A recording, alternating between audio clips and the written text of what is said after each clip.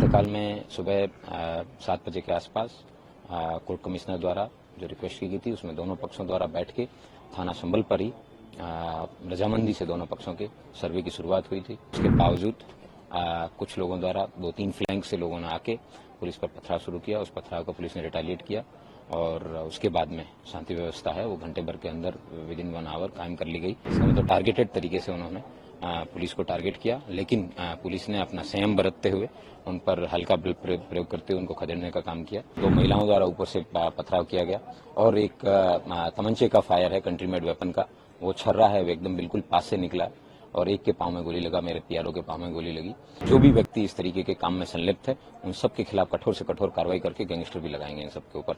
और आज की जो घटना में विभिन्न जो कार्रवाइयों के अंदर जो लोग सम्मिलित थे उन सबके खिलाफ एनएसए की कार्रवाई की जाए। वर्तमान में जनपद संबल में किसी प्रकार का कोई पथराव या आगजनी या इस तरह की कोई घटना अभी प्रकाश में नहीं आई है और शांति व्यवस्था है वो पूर्णतः कायम है। एडिशनल फोर्स भी और मंगवाई गई है और मुझे नहीं लगता है कि कोई इस तरह की अनटूवर्ड इंसिडेंट अभी होगा। मोबाइल की जो इंटरनेट सर्विसेज हैं उनको सस्पेंड करने के लिए 1 दिन के लिए मैंने डीएम साहब से रिक्वेस्ट किया था और शासन द्वारा वो रिक्वेस्ट अप्रूव कर दी गई है। तो 1 दिन के लिए इंटरनेट सर्विसेज हैं वो बंद रहेगी और मैं उम्मीद करता हूँ शांति व्यवस्था कायम रहेगी।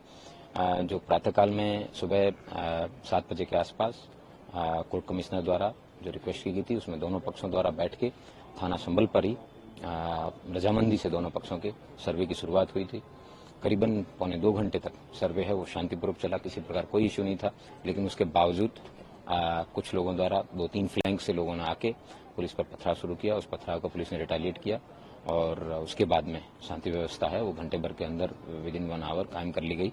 उनके द्वारा पुलिस की कुछ जो प्राइवेट जो व्हीकल्स थे उनको टॉर्च किया गया, जबकि वहां से कुछ 10-15 मीटर दूरी पे उनके जनता के अपने भी गाड़ियां थी, लेकिन उनको उन्होंने टच नहीं किया। इसका मतलब टारगेटेड तरीके से उन्होंने पुलिस को टारगेट किया, लेकिन पुलिस ने अपना संयम बरतते हुए उन पर हल्का बल प्रयोग करते हुए उनको खदेड़ने का काम किया और मैं उम्मीद करता हूं कि इसी तरीके से संबल पुलिस है वो जनपद संबल की सेवा में लगी रहेगी। सर एक जरूरी सवाल जो अपडेट सबसे गंभीर निकल कर आई है कि इलीगल वेपन्स का जो सर पूरा देखा जाए तो रेजिडेंशियल इलाका है, इलीगल वेपन्स के ऊपर अगर पुलिस से फायरिंग होगी तो बाकी लोग कैसे सेफ है, ये एक इशू सामने आया है। ये एक इम्पोर्टेंट कंसर्न है क्योंकि जब थाना नखासा क्षेत्र के अंदर डीएम साहब मैं और डीआईजी साहब वगैरह सब लोग पेट्रोलिंग पे जब जा रहे थे और एरिया डोमिनेशन के लिए, तब 2 महिलाओं द्वारा ऊपर से पथराव किया गया और एक तमंचे का फायर है, कंट्री मेड वेपन का, वो छर्रा है, वो एकदम बिल्कुल पास से निकला और एक के पांव में गोली लगा, मेरे पीआरओ के पांव में गोली लगी। इट इज अनफॉर्चुनेट,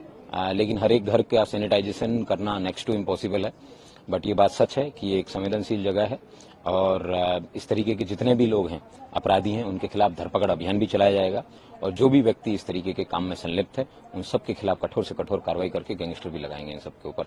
और आज की जो घटना में विभिन्न जो कार्रवाइयों के अंदर जो लोग सम्मिलित थे उन सब के खिलाफ एनएसए की कार्रवाई की जाएगी। एफआईआर के लिए भी बात चल रही है। वर्तमान में एक एफआईआर है थाना संबल पर पंजीकृत की जा चुकी है।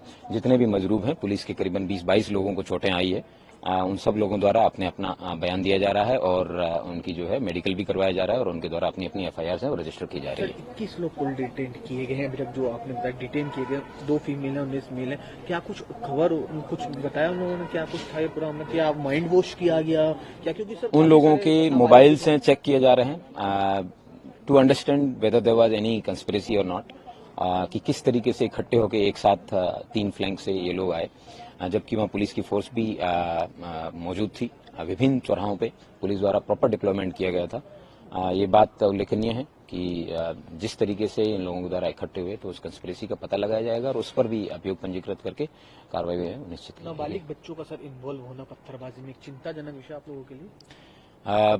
मेरे लिए कोई चिंता की विषय नहीं है, क्योंकि जो भी व्यक्ति पत्थर चलाएगा उसको फिर प्रॉपर तरीके से उसको रिटेलिएट भी किया जाएगा, जवाब भी दिया जाएगा। लेकिन मैंने तब भी 3 बार लीगल तरीके से मजमा नाजायज है उसको डिक्लेयर करने के बाद में लोगों से आगाह किया था कि अपने जो है अपना भविष्य को बर्बाद ना करें, आप लोग शांतिपूर्वक अपने घर चले जाएं। लेकिन उसके बाद भी उन्होंने अपने कानून को अपने हाथ में लेने का प्रयास किया, इसलिए जो कार्रवाई है अमल में आपके सवाल सर, डिप्टी कलेक्टर के फ्रैक्चर है, ऐसी तबीयत है, 20 पुलिसमैन 3 सीनियर ऑफिशियल्स भी इंजर्ड है, सबकी तबीयत कैसी है फिलहाल, सब ठीक है? सभी लोगों का मेडिकल है वो जनपद जो थाना स्थानीय यहाँ पे करवाया जा रहा है, लेकिन एक मेरा कांस्टेबल है जिसको यहाँ पे सिर पे हेड इंजरी है वो एक बड़ा पत्थर है, वो उसके सिर पे आगे लगा सीधे।